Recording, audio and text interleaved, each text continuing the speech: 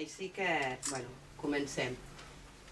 Benvingudes i benvinguts a tots els amics de la cultura, a les amigues de les lletres d'aquesta ciutat. Jo vull, en primer lloc, excusar dues absències, la de la tinent d'alcalde de Cultura i Patrimoni, la senyora Begoña Floria, que avui estava en un altre acte i no ha pogut assistir, i també de la persona representant de la Diputació de Tarragona, que ens consta que també per problemes d'agenda no ha pogut venir a aquest acte. Molt bé.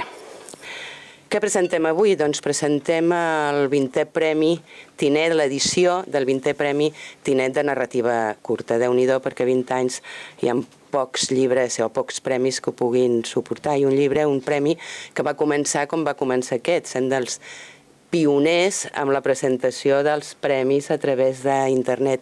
I tot i així tenia la qualitat de després poder veure negre sobre blanc en edició en paper els llibres, els relats d'un guanyador i 14 finalistes. Això ha estat així durant 20 anys i bé, i amb aquesta edició no tenim guanyadors, sinó que tenim guanyadores, una dona de Mataró, i es diu Amanda Bassa. Amanda, enhorabona.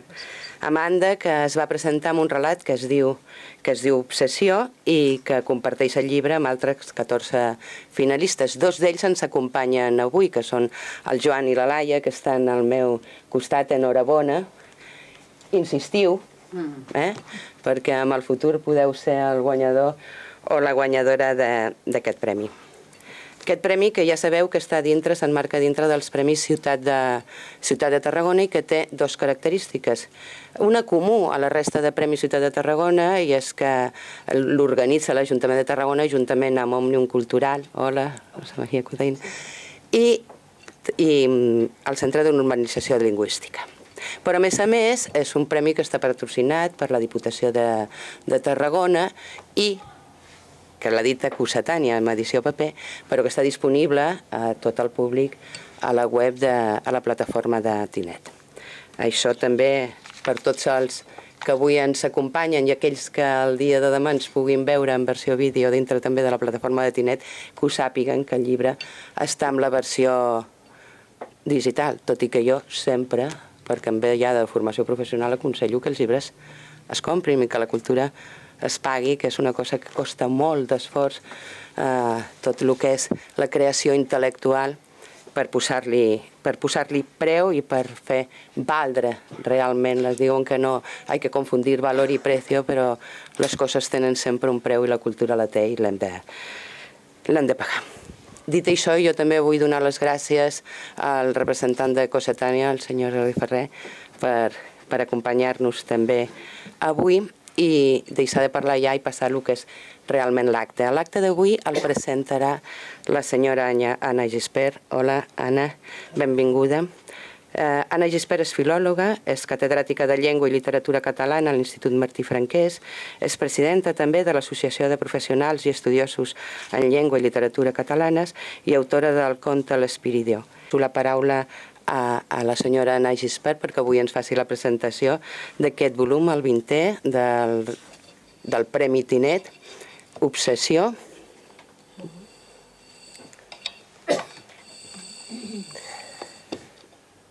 Moltes gràcies, bon vespre a tothom, representants de l'Ajuntament, escriptors que ens acompanyeu, guanyadora, finalistes, amics, públic, tots. Abans de començar, voldria agrair aquesta invitació a presentar el Premi Tinet. És un orgull per un tarragoní, a més, poder presentar un premi d'aquestes característiques, que ara veurem i aniré explicant. També ser en aquest espai emblemàtic de la ciutat, a la llibreria La Rambla, una llibreria que ja a finals dels anys 60-70 ja va patir tots els embats del moment, i que per sort avui encara podem continuar fent presentacions de llibres, sales d'exposicions i fent cultura.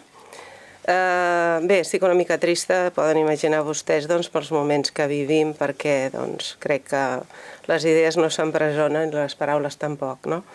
Assistim, doncs, al Premi Tinet i si preguntem què significa Tarragona Internet, per a molts tarragonins veurem que és una de les apostes culturals més reeixides a la ciutat.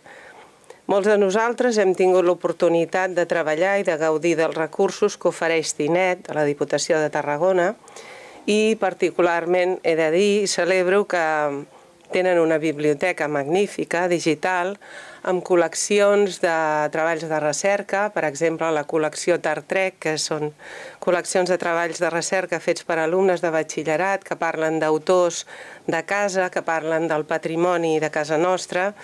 Hi ha una col·lecció de vídeos espectacular que reflecteix el patrimoni humà del nostre territori i de les nostres comarques. Per tant, gràcies a Tinet, i té noms i cognoms, gràcies a Enric Brull, gràcies a l'Amadeu Roig, gràcies al David Joan Pere i a tots els que heu col·laborat amb la vostra feina perquè us devem que Tarragona sigui un referent molt clar al món d'internet. Gràcies a Cossetània també per ser tan propera i donar suport als Premis Ciutat de Tarragona. Gràcies a l'Ajuntament de Tarragona, Òmnium Cultural del Tarragonès.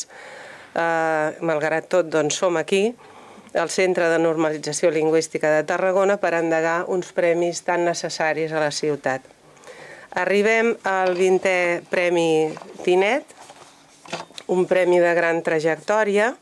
És un premi de proximitat. He parlat amb alguns guanyadors del Premi Joves Lit, que intenta organitzar cada any la pell, dic intenta perquè hi ha moltes dificultats, però ja arribem a la 11a edició i parlen del Tinet com el premi de casa. És un premi que ha donat moltes alegries, és un premi que ha teixit moltes complicitats i si fem números veurem que són 20 anys, 15 autors, estem parlant de 300 persones. Són 20 guanyadors, més tots els finalistes. És molta gent, no? Són persones vingudes d'arreu, algunes de les quals ja han repetit el premi en diferents edicions. Hi ha tot un elenc de protagonistes que formen part de l'univers lletraferit d'escriptors del país, escriptors nostrats que han seguit esmolant la ploma fins avui. Noms com Jordi Folch, Àngel Octavi Brunet o Jesús Tibau, Òscar Palazón, Jordi Cervera, Joan Rioner i molts d'altres omplen les pàgines del Premi Tinet. Per tant, és un premi que és pròxim i tothom s'hi sent molt bé i reconegut. A l'hora de comentar els textos, entrem ara ja a la presentació, he buscat un fil conductor entre els relats. Aleshores es podia haver fet una presentació de moltes maneres, però he pensat que podíem parlar de la temàtica dels relats. Hi ha una temàtica que apareix a la majoria dels relats, que és la temàtica psicològica, el tema de la psicologia, de la pèrdua del cap, de les obsessions, de les imaginacions, de les paranoies, i també hi ha tot un seguit de relats que parlen del tema de la mort. Per tant, aquest serà el fil conductor. Parlarem primer dels relats de temàtica psicològica i acabarem amb els relats del tema de la mort. Comencem per la coberta del llibre, que reflecteix el relat guanyador. Una imatge que podríem dir que també és actual. És una imatge potser que n'hi fet expressament. Som aquí, tenim les vies del tren, una cadira, estem esperant el camí, estem esperant el futur que esdevindrà.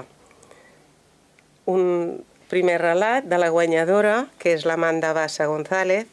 No és la primera vegada que guanya algun premi, segons he llegit, i el títol és Obsessió.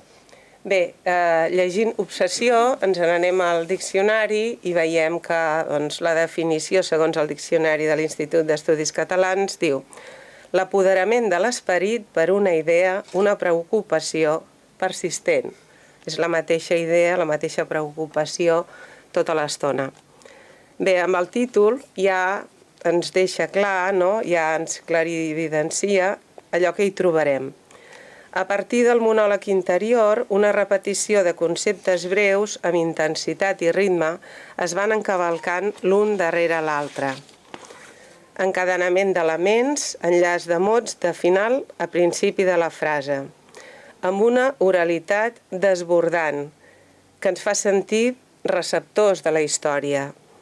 què dic? Receptors o oïdors, podríem dir. L'autora aposta per una literatura parlada com si tingués unes influències de Rodoreda, quan escoltem a la plaça del Diamant, que sembla que t'estiguin explicant la història i escoltem nosaltres com a receptors. Inicia el conte, bé, de dir que no explicaré les històries les llegiran vostès, però sí que allò que m'ha cridat més l'atenció i sobretot el que trobo de positiu i el que trobo de valor en tots aquests relats, que hi ha molta tècnica, hi ha molt vocabulari i altres qüestions que ara abordarem. Inicia el conte amb gran positivitat i optimisme. Els termes d'entusiasme, felicitat, goig, passió, desfici, gràcia, obren els pulmons i ens anuncien un relat prometedor. Tot es va complicant fins que ha d'intervenir l'opinió mèdica. Ja sabem que moltes vegades els pares ens preocupem molt dels fills i els intentem protegir, i ja veiem que també ens neguitegem per no res. És una mica el que llegim. Només hi ha un tema de conversa, és aquesta obsessió constant, i crec que, com que som en uns temps convulsos, la narració de l'Amanda Bassa és força actual i tothom se la pot fer seva. Qui més qui menys ha viscut dies i dies envoltats pel mateix tema de conversa, que és el que passa aquí, veient les mateixes imatges i escoltant el mateix. La narració arriba al moment oportú. La imatge del tren que recorre les paraules tindrà tanta força que acabarà atacant la protagonista. Podríem dir que els objectes prenen vida i resulten ser personatges, encara que només sigui per un instant. El domini és tan gran que entra al cervell i no hi ha manera de tancar-li la porta.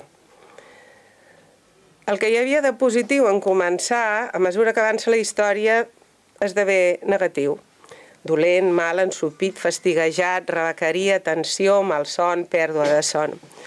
He de reconèixer que mentre preparava la presentació em va arribar el text en PDF i llegia en pantalla, i no hi estic acostumada, prefereixo llegir en paper, i hi va haver un moment que llegint vaig començar, em va generar una certa ansietat aquesta obsessió. Vaig haver de racionar la lectura i respirar a fons. Per tant, és una evidència que el títol és un encert i que, a més entra pels poros del lector. Una estructura ben travada, amb plantejament, nus i desenllaç. Una obsessió que es vol curar amb obstinació i insistència. El temps s'escola en un mateix afer. Una realitat dins una altra realitat. El fet aquest que la mare cregui que son fill l'enganya i dissimula i pensa que no, que ja no li agraden els trens. Assistim al dia de la marmota. Ens ve la imatge de la pel·lícula. Estem atrapats en el temps. El discurs encadenat avança amb velocitat trepidant. Toms, girs... Hi ha moments que sembla a punt de descarrilar, però torna a les vies. Amb la lectura ens provoca una obsessió que ens fa ballar el cap i ens fa seguir llegint amb voracitat fins al final. Cal destacar-ne la riquesa de vocabulari i tot un seguit d'expressions adients a la causa. Els xocs de trens, en via morta, a tota màquina. És a dir, que l'autora parla en un idioma ferroviari. Fins aquí la intervenció de la guanyadora, que havia de ser, potser no, he de dir coses de tothom, però havia de ser una mica més extensa. No sé si ja estaràs d'acord amb tot el que he dit, però ja en parlarem. Per tant, l'enhorabona i per molts anys. El segon text, per ordre d'aparició, segueix dins aquesta classificació psicològica. Ataràxia, de Mireia Toda Jové, que és una finalista ja coneguda a les llistes de Tinet. Alumna destacada de l'Escola de Lletres, i només començar, bé, amb això vull dir que crec que hi ha un valor molt gran que tenim a la ciutat, que és l'Escola de Lletres de Tarragona, i cada any té premiats, i enguany hi ha 2 persones finalistes. Això vol dir que es fa molta feina i que hi ha una bona pedrera. Només començar el text de la Mireia, ella ens dona la definició d'aquest concepte, en què consisteix la ataràxia. Estat de tranquil·litat, d'impassibilitat de la persona, que no és torbat per cap desig ni passió, estat de lents que té l'ànima lacerada i responsiva.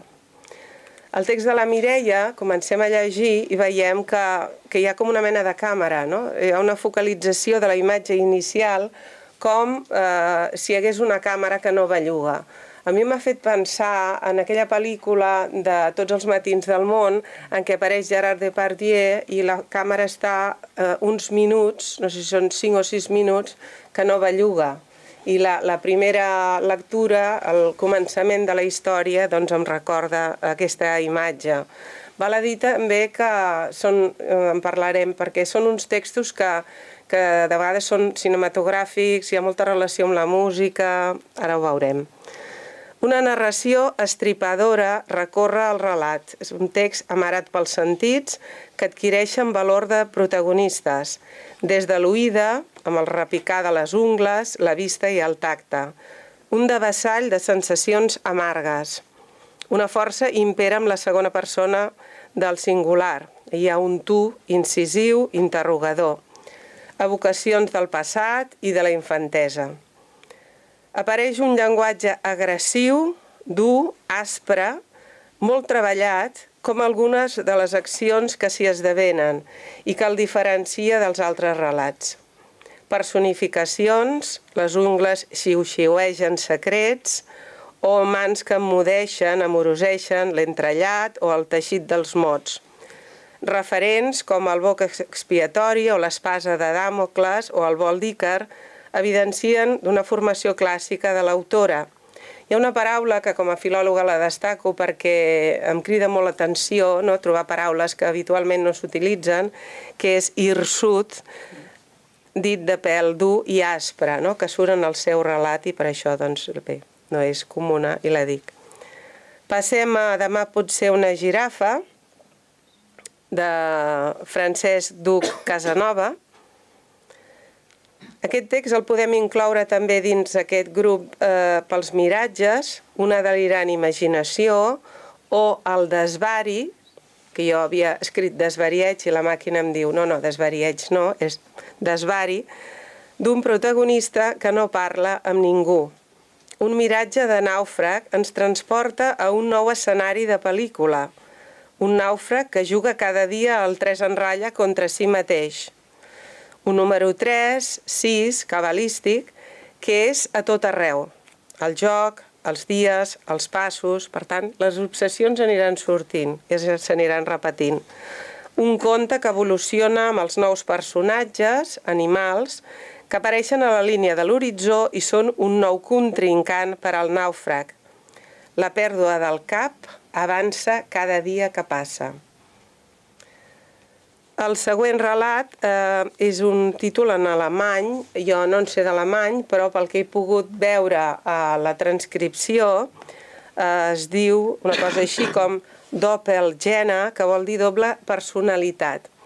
El text és de Jesús Pacheco Julià, presenta un relat dins el relat, recordar imatges de nen, un nen que lluita contra el drac amb la llança, com Sant Jordi, o lluita contra la realitat més pregona. Aquesta doble personalitat genera sentiments contraposats d'admiració i odi. Anar i venir constant, de la infantesa a l'actualitat, a través de les lletres gregues, beta, lambda, omega, en què esclata un final vibrant i abassegador. Hi ha moments que es generen com una mena de capes de ceba, com el tel de ceba. La força del poder avança cap a la destrucció. Arribem al salt de Dani Vilaró Donat. La concentració de l'atleta o una imatge que no s'esborra fa que encabim el text en la classificació psicològica. El text de Dani Vilaró demostra com l'ésser humà necessita fugir de la realitat. Amb un flashback, la protagonista es fixa en altres realitats per tal d'aconseguir la fugida. La reflexió, la concentració, és una bona manera d'evadir-se. En l'evasió sorgeixen els moments més durs, més intensos, més traïdors, que fereixen la sensibilitat de la dona. De vegades, cal fugir i fondre's en el no-res. Seguim amb el text de tipus psicològic, amb imaginacions i paranoies, amb els daus esbiaixats de Teresa Barba. Una prosa poètica engega la narració, amb un inici llarguíssim, d'unes 28 línies, en segona persona, que ens deixa sense respiració. Oblits, paraules no dites, ara ens ve a la memòria la nostra Montserrat Abelló amb les paraules no dites, absències, pensaments filosòfics de relació individual, de relació individu i societat. Què som? Existencialisme pur, omnisciència contrastada, imatges i comparacions molt ingènues, suaus, dolces, un sentiment de vegades tèrbol a flor de pell, metàfores humides, llàgrimes, un monòleg interior amb intervenció directa i indirecta, de to dialogat, oral, interrogacions retòriques, enraonies dels altres, que parlen per parlar, que diuen i no saben, una relació complexa que porta l'individu a l'abisme sense veure'n l'horitzó. I té un final també amb força neguit. Per tant, hi ha tots uns elements que es van repetint en els relats. Fru, de Pep Balsalobre, un títol que genera curiositat en una llengua com la nostra en què els monosíl·labs són freqüents i punyents. Un tema científic que esdevé un assetjament sexual mental. La ment és molt libidinosa i tergiversa les sensacions. De vegades fa veure l'invisible, suposicions que s'encomanen i endeguen fites mai pensades. La trajectòria de la narració deriva cap a un punt insòlit, potser difícil de capir de bon començament. Un dels guanys de la història, al meu entendre, és el final. És un final obert que provoca seguir llegint i imaginant. Per tant, tot el que dic, vostès comprovaran quan ho llegeixin si avenen o no, però s'ha de llegir. La casa abandonada de Josep Massanés Nogués és un text que crida l'atenció ja per la forma. És un text particular, diríem original, com si d'un text instructiu es tractés, són unes instruccions, no? L'autor ens dona la pauta de com hem de llegir el conte. És una mena de guia de lectura.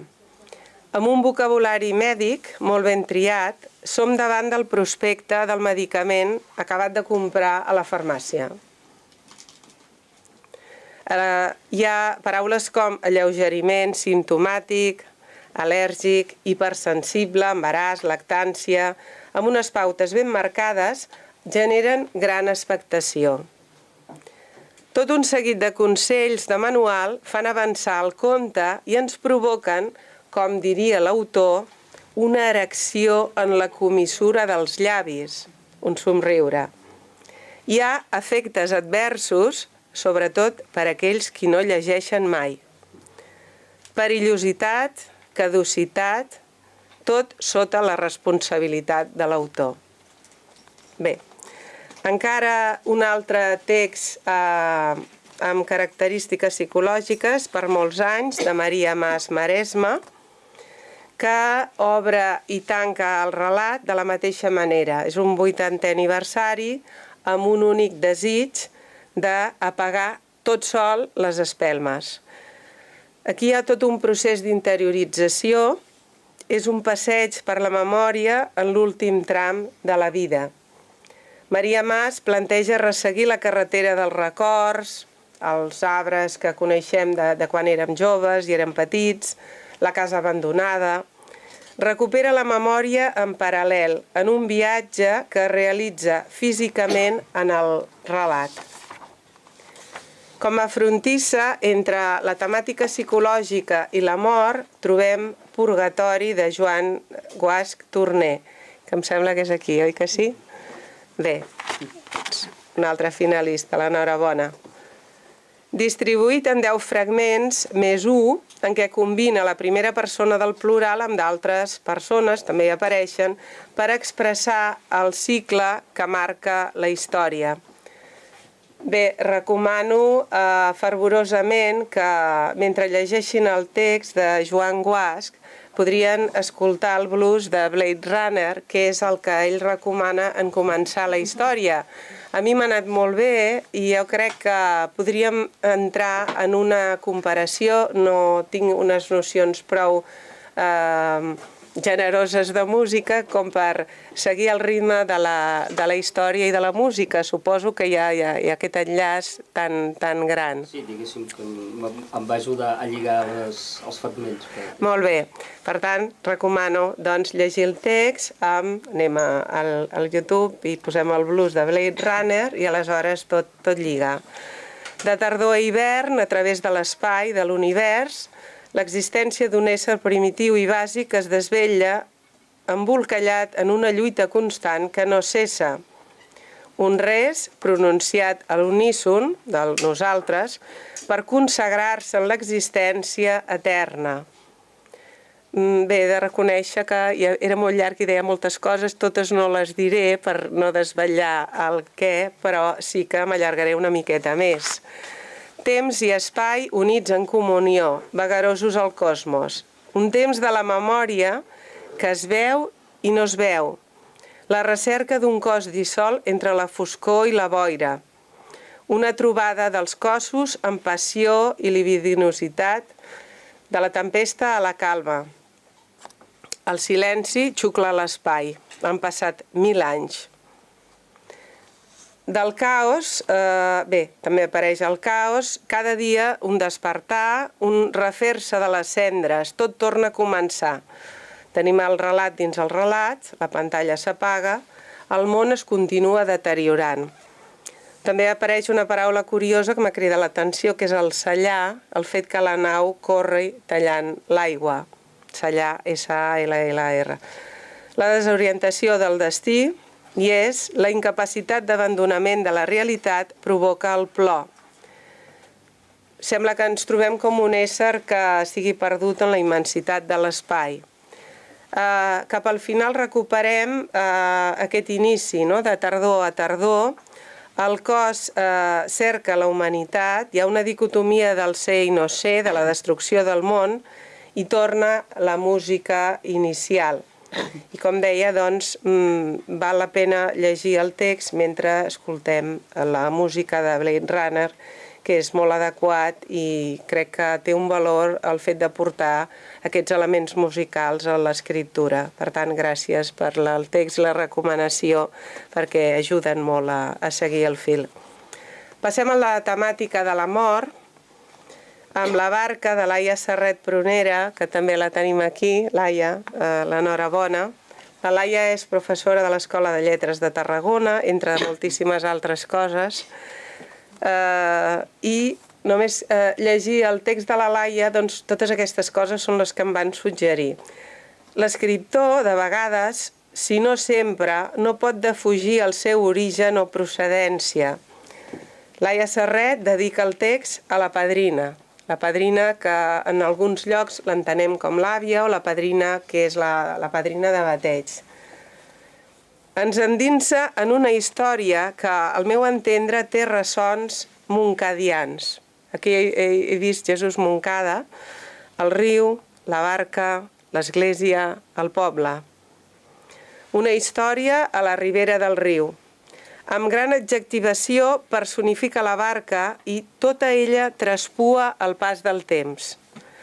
Un paisatge d'oliveres a l'altra banda del riu, l'excusa perfecta per pujar a la barca.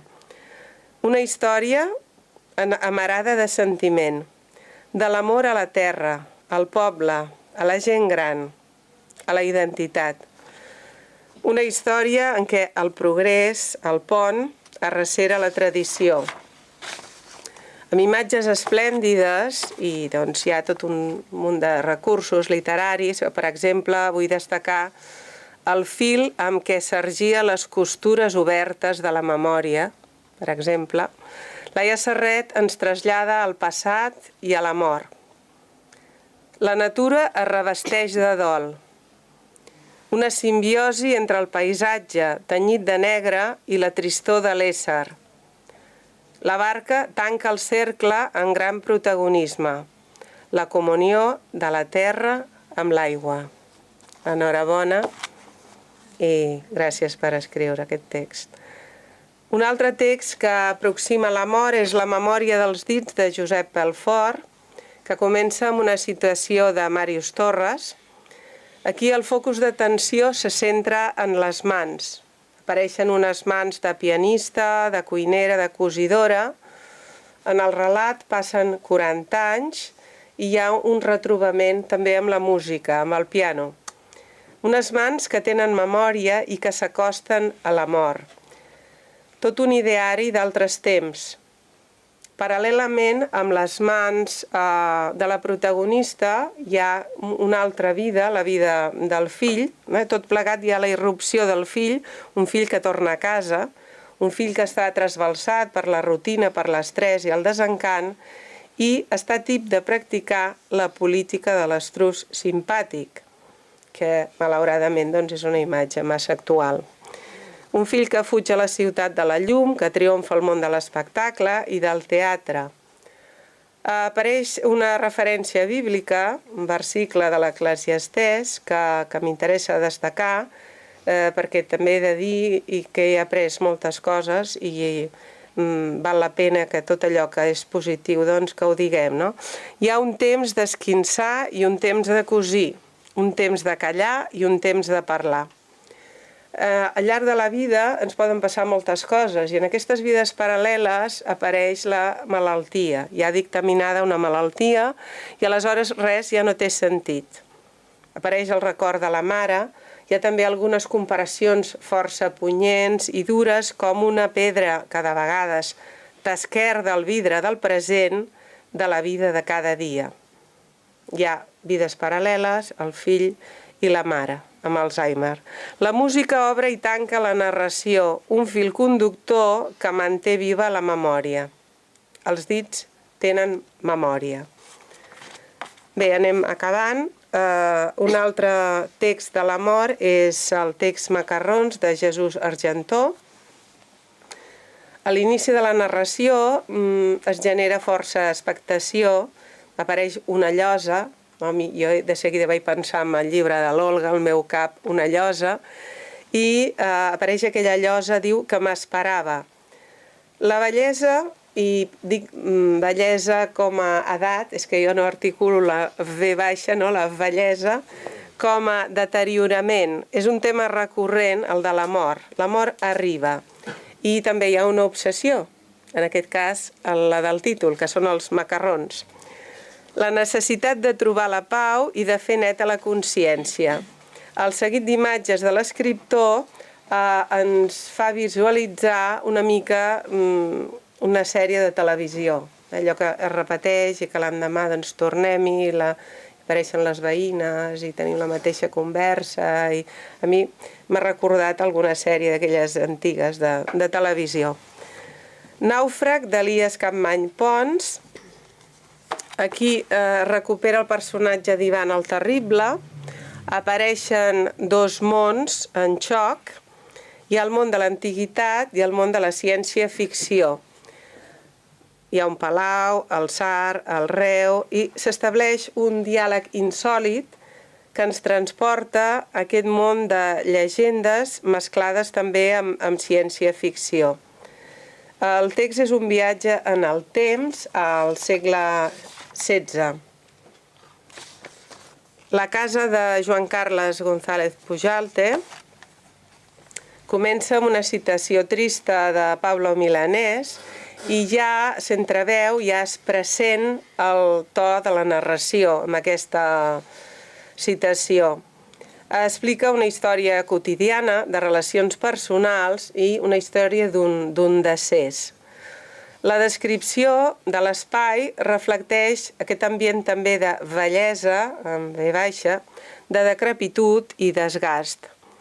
Una porta que tanca part de la història amb fredor i distància. Unes imatges velades, en blanc i negre, rosegades i malmeses pel pas del temps. Assistim una mica a l'esfondrament físic de l'imperi familiar i del propi ésser. una narració dins d'un món des d'un altre món. Tall de conclusió, i ja per acabar, la narrativa curta inclou aquests petits tresors. He dit doncs, a la lectura de narracions de condició humana, hi ha l'amor, hi ha la bellesa que plana sobre els textos.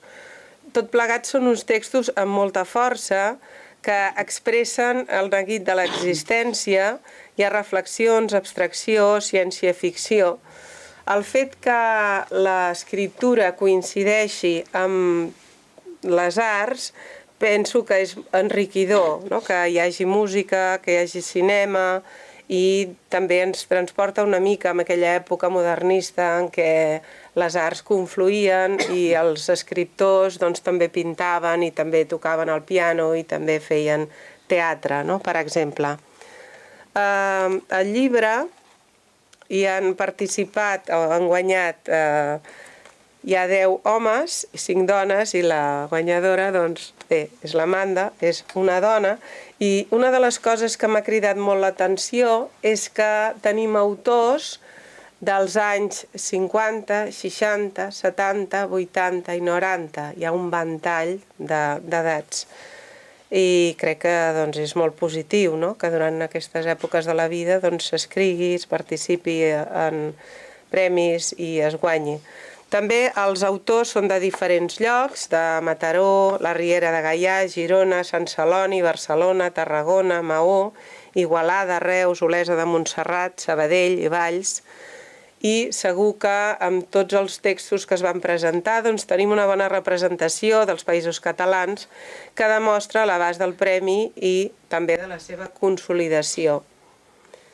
Només em queda recomanar al públic que comprin el llibre, que el llegeixin i sobretot que en gaudeixin. Jo m'ho he passat molt bé llegint el llibre i sobretot perquè he après moltes coses de les diferents mirades, de diferents veus narratives, de tècniques, d'aquesta precisió del llenguatge, de la síntesi narrativa. Als autors em queda doncs, donar-los l'enhorabona i també a la guanyadora i als finalistes. I sobretot el que els vull dir és que segueixin perseverant en l'escriptura, perquè amb aquests exercicis de reflexió, de lectura i d'escriptura crec que serem més lliures. Fins aquí. Moltes gràcies.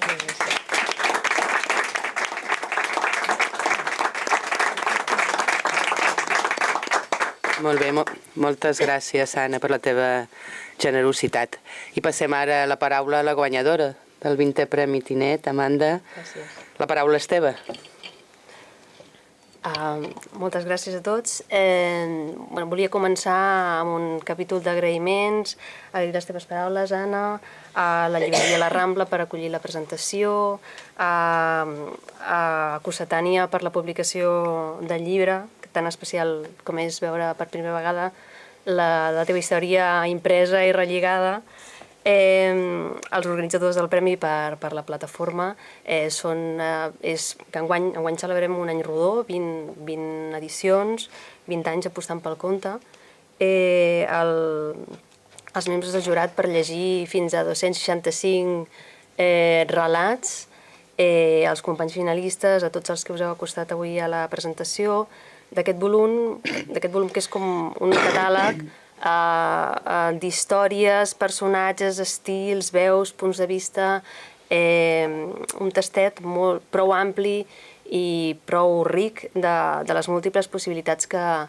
ofereix el format del conte, que és aquesta forma de narrativa concentrada que demana a l'escriptor síntesi, risc, grapa, i que demana també de la complicitat d'un lector actiu.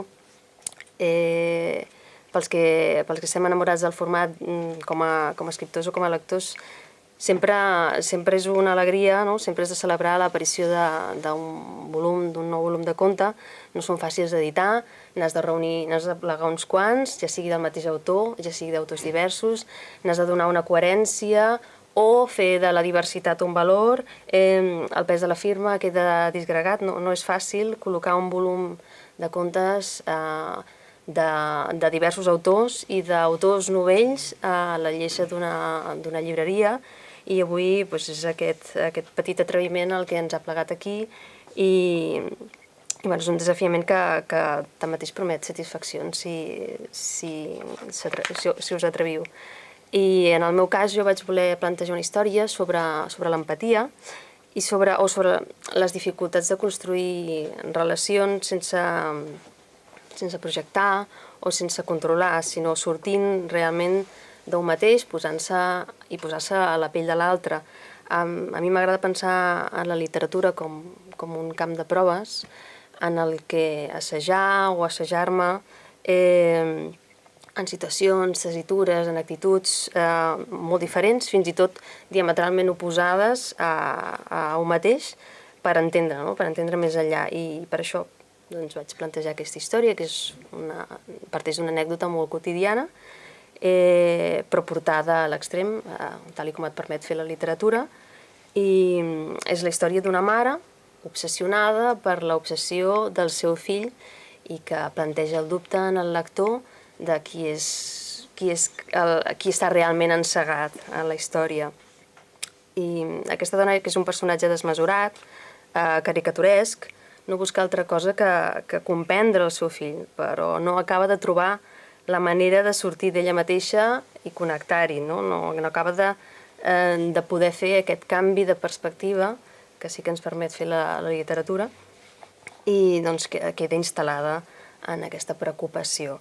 I per això la vaig voler situar en aquesta illa mental, que és el monòleg interior, i vaig treballar, com molt bé has explicat, un estil i un llenguatge basat en les repeticions, les redundàncies, per caracteritzar l'evolució psicològica del personatge i perquè volgudament volia generar una sensació física en el lector de claustrofòbia, d'estar immers en aquest cercle viciós. I bé, aquesta és la història, i el que és una alegria és veure-la publicada al costat de les històries dels companys, que han plantejat relats, personatges, estils totalment diferents, singulars, i n'he gaudit molt llegint-los i espero que vosaltres també ho feu. Moltes gràcies.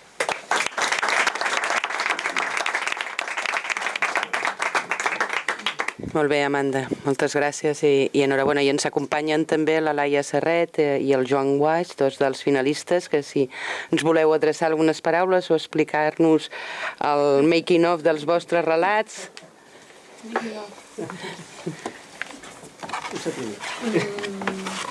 Res, jo bé, moltes gràcies per les teves paraules, Anna.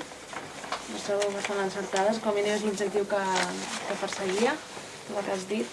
I amb el relat La Barca el que volia, sobretot, era, com tu has dit, connectar una mica amb els meus orígens i fer-ho a través d'aquesta barca que realment va existir en un poble de la Ribera d'Ebre, que malauradament ja ha desaparegut, però que jo encara recordo quan era petita i que em va portar també a molts records, i a fer un relat sobre aquest poble de la Ribera d'Ebre i sobre la padrina que era la meva àvia.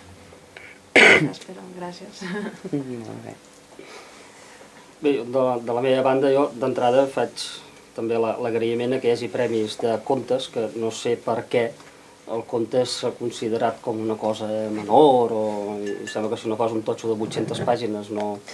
I jo trobo que precisament, com s'ha dit aquí, el gènere del conte és jo el trobo fascinant. Potser és perquè no sóc capaç d'escriure 800 pàgines, després, o sigui. I per tant, he d'agrair això. He de dir també que és la segona vegada que participo al Tinet, una fa molts anys, amb una cosa que rellegint-la no és impossible, perquè no m'estranya. Ara, finalista, esperem continuar la progressió adequadament. I després també hi ha una cosa que potser per això vaig escrivint i així, que m'agrada, que és quan ho llegeix una altra persona, et dona un punt de vista que tu ni molt menys havies pensat que podria ser allò, i per tant m'ha agradat el seu punt de vista, i m'ha passat diverses vegades amb coses que tens una idea al cap i tal, et surt, i una altra persona ho llegeix i interpreta en funció de les seves circumstàncies personals i així, i dius, ostres, doncs és un punt de vista que clar, tu en aquell potser no hi havies caigut tant i t'obre més el cap, no? I m'imagino que cadascú doncs, interpreta, a no sé que siguin coses molt matemàtiques, una taula és una taula, doncs molt, no sé, m'agrada aquesta visió d'altres persones i en aquest cas això, aquest conte eren uns fragments que tenia fets així per separat, més o menys de prosa poètica i tal, i precisament arran d'un dia d'aquests que és de nit i amb els cascos estàs escoltant el blues de Blade Runner i com miraculosament va començar a lligar tots els fragments, afegint-hi els trossos que van caldre i així, i va sortir doncs, el conte aquest que pot ser molt paranoic segons com es llegeixi, però això, per tant, moltes gràcies i moltes gràcies que Cossetània estigui aquí mantenint el tipus, que com a mínim ens queden aquestes petites sortides els que fem el que podem, a les estones que podem, en el camp de la literatura. Doncs molt bé. Doncs molt bé i sobretot moltes gràcies a vosaltres, que a fi de comptes són els que escriviu i permeteu que s'omplin les pàgines perquè la resta en podem gaudir després, no? Recordar-vos dues coses. Primera, que això s'ha gravat a través de Tinet, ens estan gravant i sí que ja podem fer difusió que totes aquelles persones que no hagin pogut gaudir en directe d'aquest acte ho podran veure a través de la plataforma de Tinet. Recordar-vos també que està oberta la convocatòria dels propers Premis Literaris 2018 de Tarragona. Fins al dia 15 de gener hi ha plaç per poder-nos presentar. Agrair-vos a tots els agents que formeu part d'aquest premi, tant a Òmnium com a l'Escola de Lletres, al Centre de Normalització Lingüística, a Cossetània, a la Diputació, i jo m'avui en recordar també de la Casa de Lletres i l'equip de Lletres de l'Ajuntament de Tarragona que fa una feina fantàstica per dur a terme aquest premi. I moltes gràcies, Ramon, a vosaltres, estem com sempre a casa nostra, gràcies per acollir-nos. La família Marrugat està al peu de canyó, ja ho ha dit l'Anna, des de fa un munt d'anys, no? Fent de la cultura una forma de vida. Doncs ja està, quedem emplaçats pel proper premi. Moltes gràcies també a tots els que heu vingut a gaudir d'aquesta estoneta. Gràcies.